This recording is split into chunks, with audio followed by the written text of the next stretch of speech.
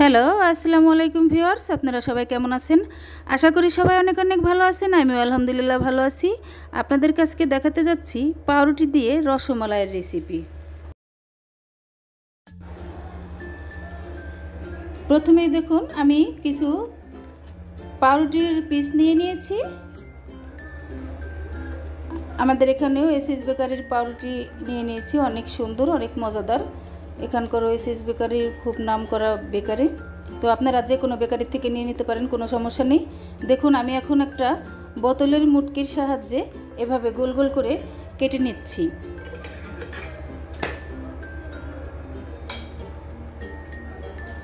দেখুন আমি কাজটা কীভাবে করছি।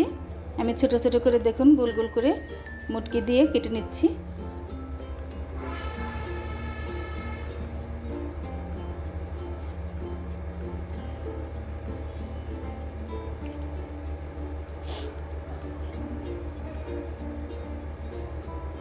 কাজটা একটু আস্তে আস্তে ধীরে করতে হবে, যাতে রুটিগুলো পুরোটাই ছিঁড়ে না যায়, তাহলে তো গোল করতে পারবেন না।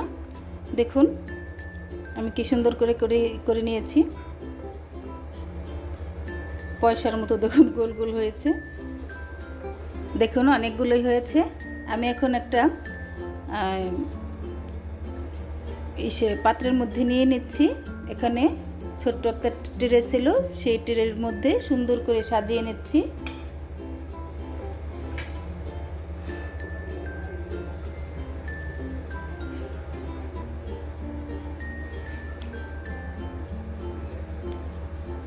দেখুন কত সুন্দর হয়েছে। এখন আমি চুলায় একটা প্যান বসিয়ে দিয়েছি। প্যানের মধ্যে আমি হাফ লিটার পরিমাণ গরুর দুধ নিয়েছি। আপনারা চাইলে যে কোনো লিকুইড দুধ নিতে পারেন।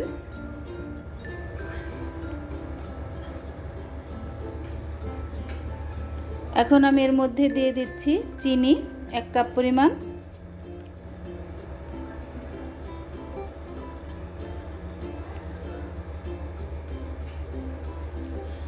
এখন দিয়ে দিচ্ছি 1 কাপ গুঁড়ো দুধ।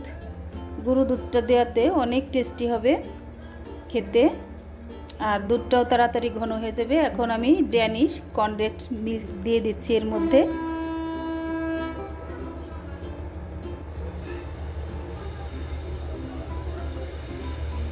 দেখুন আমি বেশ কিছু পরিমাণ অনেকখানি দিয়েছি, অনেকটা পরিমাণ। এখন আমি হ্যান্ডউইচ দিয়ে এটাকে নাড়তে থাকবো অনবরত, আর জাল করতে থাকবো, যাতে দুধটা অনেক সুন্দর ঘন হয়ে আসে। এমনিতেই এটা ঘন হবে তাড়াতাড়ি, যেহেতু আমি কনডেন্সড মিল্ক দিয়েছি, তারপর গুঁড়ো দুধ দিয়েছি।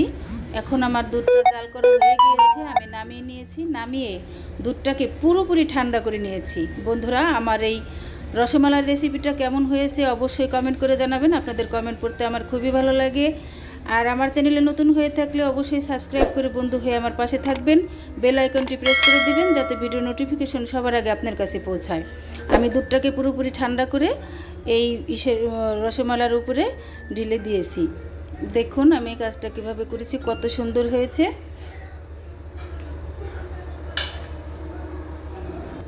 বন্ধুরা, তাহলে আজ এ পর্যন্তই। পরবর্তী ভিডিও নিয়ে আপনাদের মাঝে হাজির হব। সে পর্যন্ত আপনারা সবাই ভালো থাকবেন, সুস্থ থাকবেন। আল্লাহ হাফেজ।